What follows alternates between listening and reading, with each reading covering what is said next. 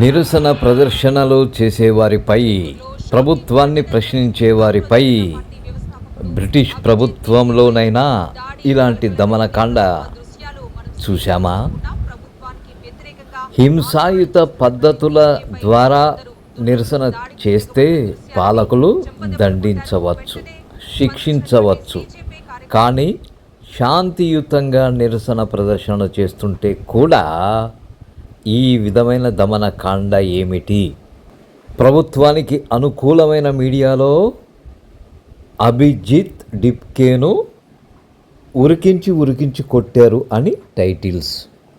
ఇంకా కొన్ని చోట్ల అభిజిత్పై దుండగుల దాడి అంటే అక్కడ కామెంట్స్ దుండగులు కాదు, వారే నిజమైన దేశభక్తులు అంటూ కామెంట్స్.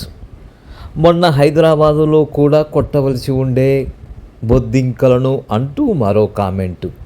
ఇలాంటి శాంతియుత నిరసన ప్రదర్శనలకు కూడా ఎందుకు ప్రభుత్వము పెద్దలు వణికిపోతున్నారు? ఎందుకు ఈ విధమైన దాడులు చేయిస్తున్నారు? జవాబు దొరకని ప్రశ్న.